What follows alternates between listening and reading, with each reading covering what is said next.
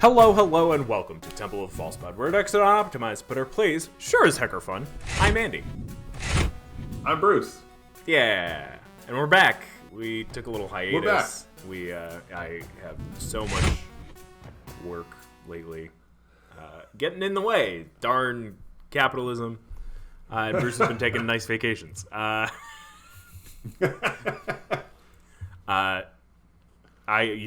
taking a vacation soon. Oh yeah, no, I don't stop taking vacations. I got camping trips, and I got a month in Greece. So we got to figure out we have to double up on some podcasts here, so our friendly listeners aren't left hanging. Yeah. But today we've got Decktail, ooh, which will just set the mood so nice because we got everyone's favorite color, blue. Bruce, against all advisement, made a mono blue deck. He's here to tell you about it. Right, and it wasn't, just to be clear, I'm not the mono blue guy. However, Muzzio is part of the world of conspiracy. Oh. He's on Poliano, and I loved conspiracy, and I have sort of made it a quasi-effort to try and make commanders out of all of the Poliano commanders. Thus, Queen Marchesa the Black Rose. I had one for, what's the name of the king? Brago. Thank you. Brago, our Ghost King.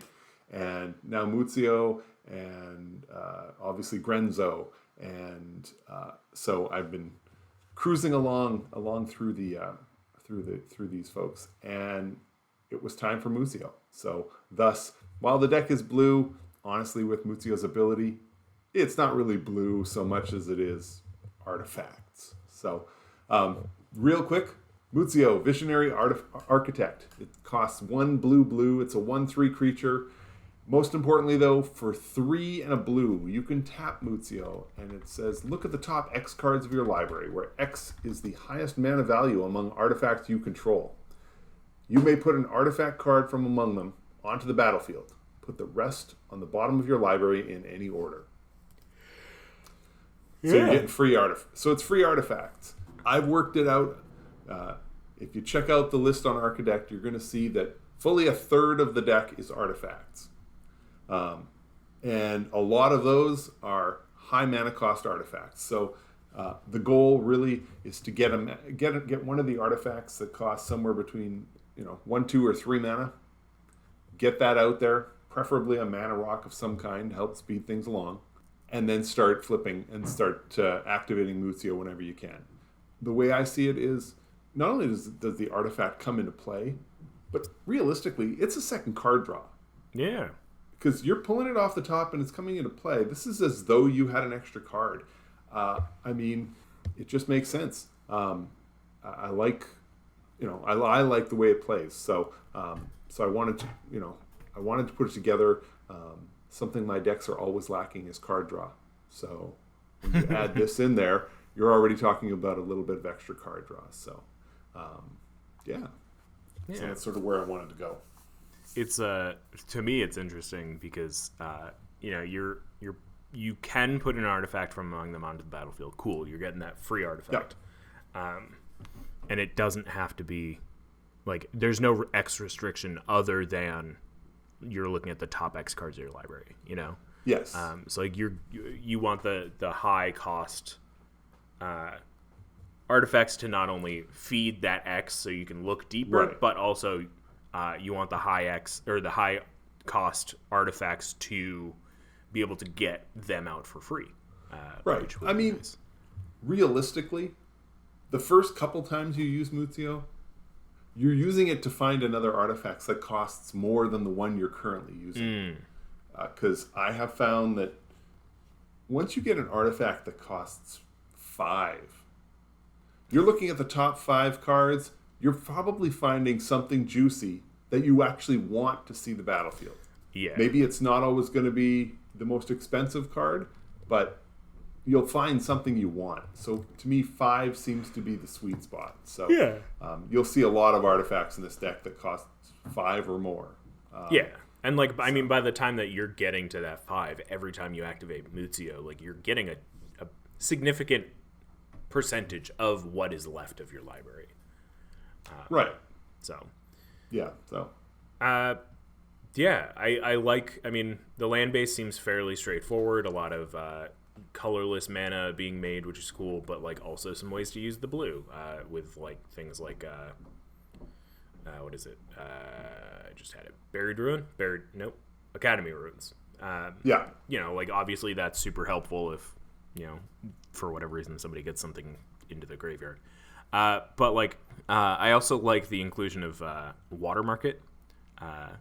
Which is just like, you know, it's a fun, silly little thing that if somebody doesn't want you to play, you can just swap it out for. It was funny because as I was putting the deck together, I was rounding off the last of the cards, and unfortunately, I had 20 snow-covered islands. Oh. So, and I knew I wanted my land count to hit 40, so I was starting to stretch a little bit as far as what cards to put in. And I noticed that a lot of the cards that I had in the deck had watermarks. So I started actually looking at it to see how many this would work for. And I think it's 8. So not ideal, but it's there. So we'll, you know, eventually when it comes up, because it hasn't seen play yet. But if it comes into play and I find that it's mostly just a dead card, then maybe, you know, find a Maze of Ith, you know. Yeah. I don't know. Oh, who knows? You know, splurge and get another snow-covered island. Let's see. Where do you see this deck going? Because like you've been having a lot of luck with this deck, right? Like you've been, or not luck, I guess. I feel like that's putting you down as a deck builder, but you know what I mean. Oh no, like, you've been doing pretty well, right? I've had 3 games so far, and one of them was a win.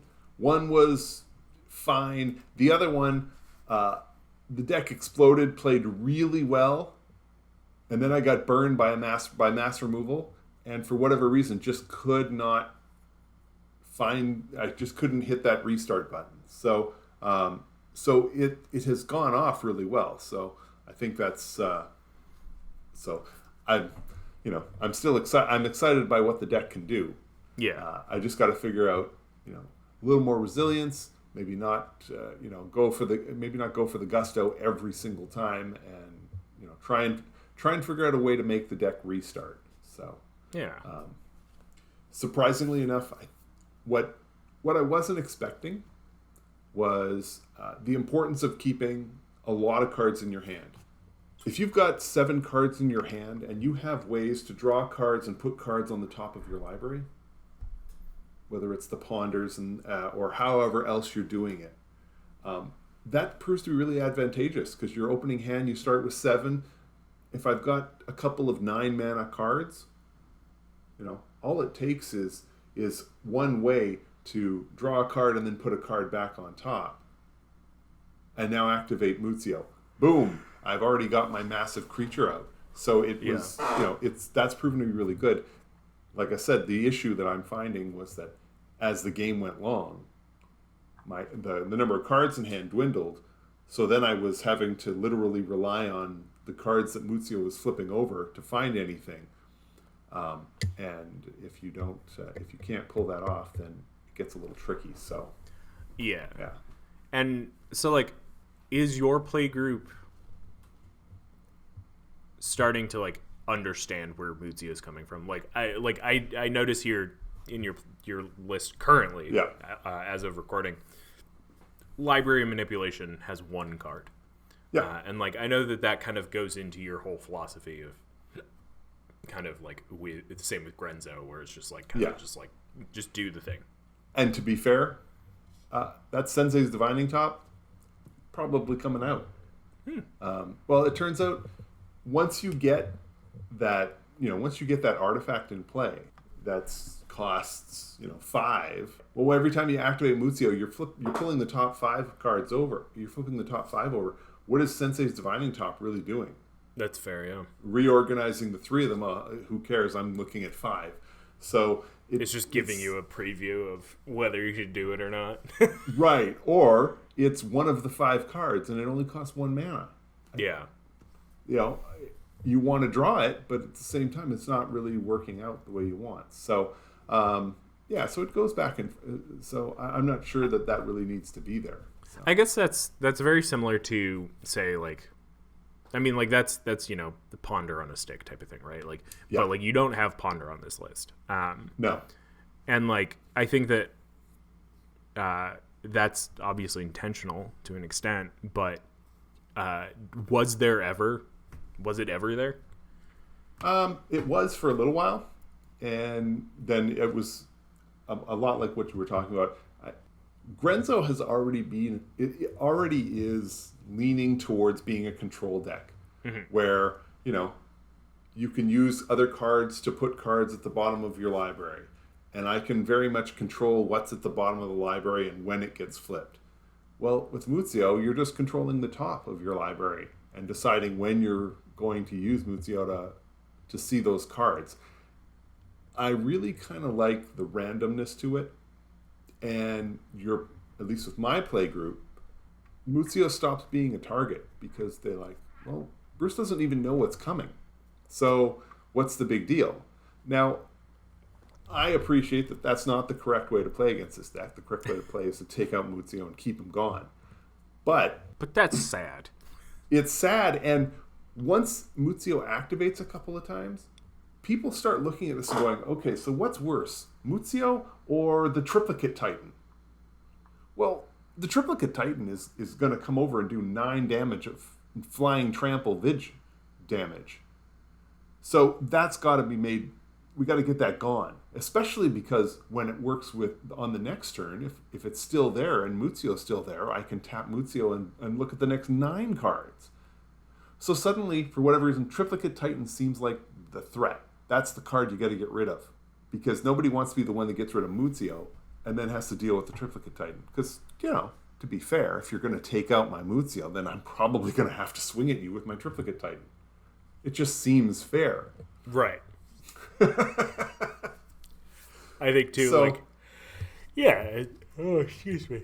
Right. I think with that too, like it's. I mean, like you're looking for a reason, obviously, to attack anybody with Triplicate Titan. It's got vigilance, so like you should always be attacking with it. But like, for somebody to just like get rid of the thing that keeps your deck going, is more than enough reason. How much? Yeah. You've got a bounce spell in here that is just bounce. Like, is that for the protection from removal type thing where it's like? Yeah, and I should have more. Okay. I want. But like more often than not, that's for Muzzio. And that's what it's for. There's a handful of cards that do have enter the battlefield triggers, so it can work with that as well. But there should be more ways to protect Muzzio, and I suspect with the next shift in this deck, we're gonna see a handful of cards where between Greaves and Swiftfoot Boots and all the rest, we'll see a standard protection package come in. Probably a little more artifact heavy, obviously, but I suspect that's where the deck is going to have to go. Right now, it doesn't need to. I just keep playing it out and letting folks sort of figure it out on their own. But so far so good. I do, like you say, as my opponents get used to the idea of the deck, I suspect I'm going to have to change exactly how the deck works. So yeah, and so I like that you kind of speed things up because, like, obviously he doesn't have haste and it's a tap ability. Yeah. So, like, if your opponents are recognizing what this is trying to do and trying to stop that plan, I like the Heartstone and Training Grounds inclusion to just kind of like, not necessarily speed it up, but it makes it so that the activation's cheaper so that you can do more on a turn than just the activation. Right. I mean, four mana is not cheap. Right. Especially, when you're still using 6 or 7 mana. If you're using up 4 of it, you've only got 3 left. Now I appreciate this is a blue deck. The best thing you can do on your turn is just to say go, wait, and then at the end of the last opponent's turn, use Muzzio, do whatever else you're doing. And in the meantime, everybody's wondering if you have counter spells or are going to do something. Kind of along the same lines too. I like the inclusion of Patriarch's Seal and Rings of Brighthearth, where it's like you're getting that activation again, so that it's not like if you only have Muzzio for a single activation, you still get the value for more than just just that one. So right, and that's really that's a big chunk of it. I mean, I've also included Filigree Sages and Unwinding Clock under the untap section, but wonderful. The difficulty with those is, I mean, Filigree Sages, great, untaps Muzzio. Well, but you spent 3 to do it, and you it spent doesn't. 4 to tap it. Yeah. Well, yeah, untapped. It doesn't work for that one. But but it's frustrating because you can't loop. Right. It doesn't give you more activations. So well, and I think that's where this deck can start to kind of look too. I don't know if you have an idea of where you want to go with this deck, but you can start making Muzzio an artifact. At this point, there are plenty of ways to do that. Whether it's Liquid Metal Torque. Okay, yeah. 2 mana artifact, taps for colorless, or taps target non-land permanent becomes an artifact in addition to its other types. That type of thing. Or Liquid Metal Coating's the same thing, just without the mana rock nature. Right.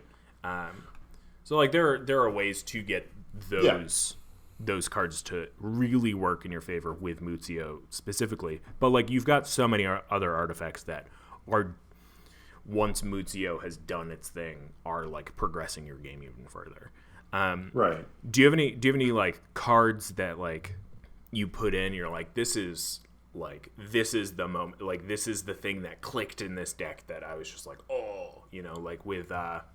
with your Grenzo, it's not with Grenzo specifically, you've got those Tel Jalad stylus type things where it's this card seems useless until this came around. Do you have anything like that in here? Well, it was. Let me relay the story from the last game. Okay. I got Blinkmoth Urn out early. Oh. For those who don't know, it's a 5 mana artifact. At the beginning of each player's pre-combat main phase, if Blinkmoth Urn is untapped, that player adds 1 to his or her mana pool for each artifact he or she controls. Now, I had another card out that would let me tap a creature to do something. And for whatever reason, I got it in my head that Blinkmoth Urn was a creature. So I thought, it'll be fine. I'll tap it on my turn. It's got moth in the name. Right. So I'll use the mana on my pre-combat main phase. I'll tap it during my turn. No one else will get to use it, and then it'll come back to my turn. It'll untap. I'll get to use it again. How great is this going to be in an artifact deck? Because I'm going to get, a whole lot of mana. And that's great. But it isn't a creature, so my opponent's got to use it. There's a lot of treasures out there right now. Oh, yeah. A lot of food tokens. So I had one opponent, Ian, who was regularly getting an extra 6 mana each turn. I approve. I was getting 4. Oh, I still approve. I should have been getting rid of the Blinkmoth Urn. However, I couldn't. So it just kept going. And in the end, everyone was forgetting that the urn was giving Ian all this mana. All they were seeing was the results of the mana and deciding, you know what? Ian is the real problem in this game. Not the Blinkmoth Urn, which was giving me 4 mana, but the fact that it was giving Ian 6. Right. Nobody was worried about the urn. They were worried about what Ian was doing with all of this. So it worked out. And honestly, even after that, I have no reason. I have no desire to take this out. No. Yeah. No. And I think I'm going to leave it. And eventually it's going to blow up in my face, or I'm going to reach a point where it's like, oh, somebody has 15 treasures. I guess I'm not using Blink Mother. But I think it's very interesting. I think it's to me, this is a card that does have that effect that you're talking about, where it's just like other people will find ways to get more value out of it than you, but you're still getting the value out of it that you want. And I think like Howling Mine is a very similar card for me, where like right. if you've so like I have Howling Mine in my Galazeth Prismari deck, right? And there have been times where I could tap it to make mana because that's what Prismari does. Yeah. And I don't have to use that mana. I can just leave it tapped, right? And then it would turn off the Howling Mine for everyone else, and then on my untap, I would finally get it back. But I knew going into that would just put more pressure on me, honestly. Yeah. And I think with the Blink Mothern, like if you were to turn it off, Ian would destroy you. Ian would focus on like getting you to untap that Blink Mothern or whatever. And like that's kind of... Go ahead. Right, and to be fair, Ian did eventually destroy me. Right. I mean, by then the Blink Mothern was long gone and forgotten, but... Yeah. Yeah. And I think that's the thing with Howling Mine too, is that like, sure, I'm getting everybody else an extra card, but I'm also getting that extra card. And like, that's kind of how I see like playing optimally, you know, like it's like, sure, I could do that. And yeah, sure, like strategically it might be the best idea for me to turn it off. But I think like overall, where's the fun in that? And I think, I think to leave that in is a wise choice with regards to how you want to be playing the game. Right. But yeah, that's sick. There's go ahead. So one of the other ones, Shimmer Dragon. Oh yes. So it's a 4 and 2 blue dragon. It's not an artifact, so Muzzio's not helping you here. It's a 5/6 flyer, so that's pretty good. As long as you control 4 or more artifacts, Shimmer Dragon has hexproof. So in other words, it always has hexproof. Because by the time I've got the mana to cast it, I have that many artifacts. Yeah. So it says tap 2 untapped artifacts you control, draw a card. Now, it doesn't say that this has to be done as a sorcery. So you just wait until the end of your last opponent's turn, tap whatever artifacts that you have, because a card like Blink Mothern doesn't tap to do anything. Sapphire Medallion doesn't tap to do anything. So just tap those, draw an extra card, and then do your untap and draw your usual card. This thing has been an all-star for me. I bet, especially with Unwinding Clock. Right, and I haven't even had Unwinding Clock hit yet. So, I mean, I'm drawing an extra 2 or 3 cards per turn at the end of an opponent's turn. Most of my opponents are like, oh, that's not good. But at the same time, they're sort of like, well, but we're not really going to do anything about it. And it just sort of rolls along. So, yeah, I love that. And I love the fact that you can control it. It's like, no, I already have too many cards. I don't want my opponents to see that I'm discarding cards so that they're reminded of how many options I have. So you can choose not to use it. It's not a forced draw. So you go back and forth, and yeah, and Shimmer Dragon has been great for me. Nice. So, yeah. That's brilliant. That's wonderful. Inkwell Leviathan. Is that just because it's a big blue? Oh, it's an artifact. Holy shit. Big blue artifact, yes. I just saw that now. Amazing. Yeah. Never mind. I don't have to ask that question. Yeah. That one and Magic Mirror is the other big blue artifact. So 6 blue legendary artifact. Love that. I mean, and yeah, it's great. Yeah. With what you were talking about before, with like, you know, having a lot of cards in hand, Magic Mirror is Oh yeah. ideal for that. Yeah. Granted, maybe you're never like getting the extended card drop, but like because it's so slow. But the no maximum hand size is obviously It's really slow, but at the same time, with Muzzio, you can luck out and put this thing out early. yeah. I think I've had as early as turn 5. And then that game lasted 15 turns, and the mirror sort of just sat there the whole time. So it worked out really well for me. One of the ones I want to talk about, Yeah. Tika's Dragon. Never You heard. just mentioned new cards. This one's really old. This one's out of Mirage. For whatever reason, I noticed it when I was sorting through cards one day, and I thought, oh, yeah, this has got to go in Muzzio. 9 mana artifact creature. Believe it's a dragon. It's a 5/5. It has Flying Trample and Rampage 4. And for those of you who don't know what Rampage is, for every creature beyond the first one that's assigned to block Tika's Dragon, the dragon gets +4/+4 until the end of the turn. Yeah, you don't want to jump this. Yeah, nobody's chumping this. Or No, you can block with one creature, but it has trample anyway. So if you block with the second creature, the second creature has to be a 5/5 for it to be worth it. Yeah. Like, how many big flying creatures are you going to give up to block this thing? You're just not. It's a 5/5. Just take the 5. Yeah. Yeah, take the 5 or just block get with rid a of it, 1. Yeah. So, but I saw that and I'm like, oh, this has got to go in. I doubt that it's the best option, but I don't know. Come on, it was a blast. I thought it was hysterical. So, I guess my last question. Well, Yeah. for one, love that you run the 3 Tron lines. of course.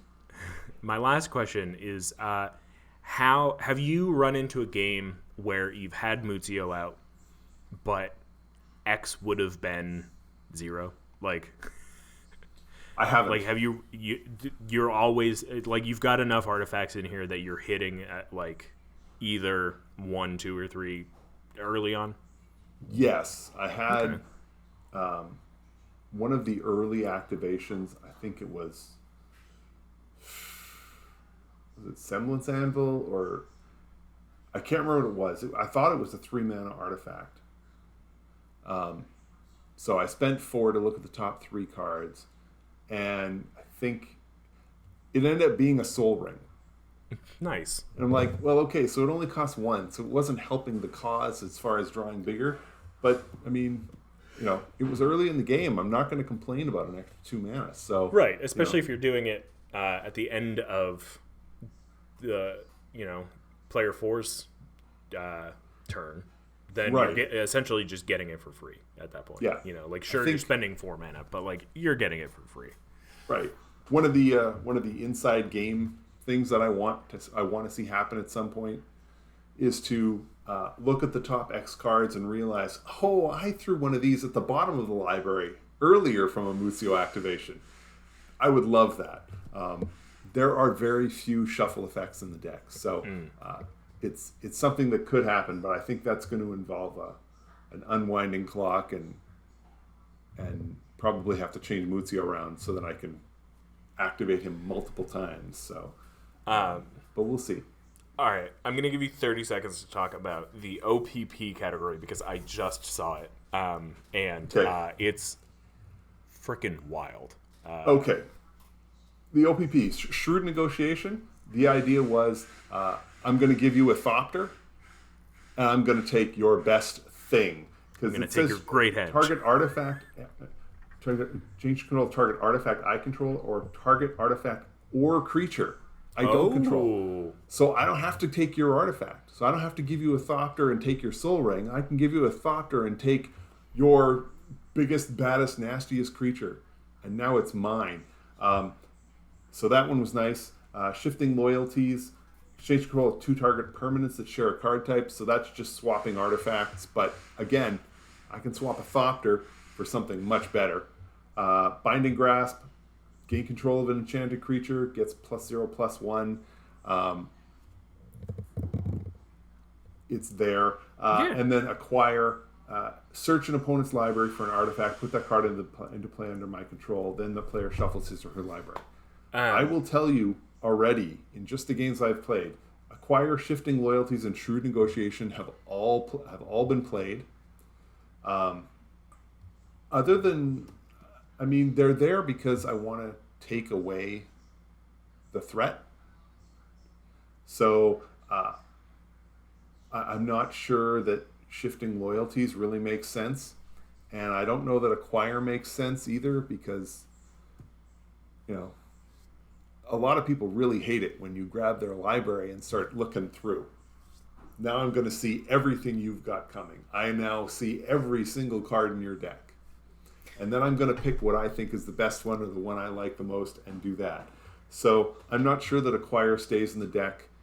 Binding Grasp almost definitely shouldn't be in the deck. It has nothing to do with artifacts. So I like the idea of this category, right? Yeah. Because I like the idea that you're going to be taking their 5 or 6 mana artifact, and then using Muzzio, just using it to boost Muzzio, right? You're going to take their Great Henge, and now your X is 8. Yes. And I think Acquire, I don't know, I hear what you're saying about people being upset that you're grabbing their library and using seeing their surprises, but I don't know, how often are you actually surprised about anything that comes out of anybody's deck? And to be fair, I'm going to take the one card and you're going to shuffle your library. And by the time your turn comes around, I'm going to have forgotten what was in your deck anyway. So I mean, I am no pro level player who's now constantly working out the 60 plus, 70 plus cards I just saw and always keeping all of them in mind whenever I make any of my plays. That's just not me. Right. So. And I think overall too, it's I don't know, it's not so feel bad. If they're feeling absolutely terrible about it, it's kind of on them at that point. They your games shouldn't be so surprising, there are some cool interactions and stuff, but searching through a deck, you're not going to necessarily see those off the bat. I would say keep Acquire because I love that. I love the idea that you could just be okay, who's got the cityscape leveler, that type of thing, where it's just all right, who's got this thing that could either be an answer or just be a big circle with a number in it. Right. And, I think it's a very interesting take on a tutor as well. You and I generally don't play tutors because they end up being... Yeah, you're looking for the same card every time, but if I'm tutoring out of your deck... Then it's that chaos. It's you've got an extra copy of somebody else's card rather than you've got an extra copy of your own card. Yeah. The key with Acquire is make your decision fast. Oh, for sure. You could sit there all day and stare at their cards and try and figure it out. Just don't bother. Yeah, know what artifacts do. Find an artifact that looks cool, keep going, make your decisions quick, and then wrap it up. Yeah. So we did a deck tale for the first time in a long time. Actually, I think it's been a couple months. Yeah. But we'll be back next week with another episode for sure. We're gonna talk about it feels good to be back. So we'll wrap this one up. We got a deck list in the description or whatever show notes through whatever platform you are listening or watching this through. We've got a YouTube if you didn't know, so go check that out. It's got our beautiful faces. What else? We have Blue Sky now, so that's cool. Nice. By the way, this is the first time I've ever done a maybe board. There's a bunch of cards in there. At some point, some of those may get swapped in or swapped out. There were just other cards as I was looking through that I thought, ooh, this could make the cut. We'll see. Yeah, so just thought I'd throw that in there. Check out the deck list below. It may have updated since now. So thank you so much for listening. Thank you so much for watching. Thank you so much for hanging out tonight. We'll see you next week. Share us with all your friends. We're Temple of Fallspot. We're Temple of Fallspot, where our decks are not optimized, but our plays sure as heck are fun. I'm Andy. I'm Bruce. Thank you again for listening, watching, whatever. Have a great night, and may your fifth land be the Temple. Wait, before you go, I just wanted to say thank you for listening. You can reach out to us via email at falsepodmtg@gmail.com or on Twitter at falsepodmtg. Bruce is at ManaBurned, and I'm at Andy Weekend, though you'll definitely notice I use the podcast Twitter far more often. Now that we've got you here, make sure you subscribe, like, rate us on whatever podcast platform you use. It helps us out. It gets us more reach. Subscribe to us on our YouTube channel. Like a video there. Leave some comments for more casual enjoyment. Thank you so much for listening. We'll be back with some more timeless discussions about all things casual. So come hang out, and may your fifth land be the Temple. Bye-bye. Should I do my best, Bruce? Bye!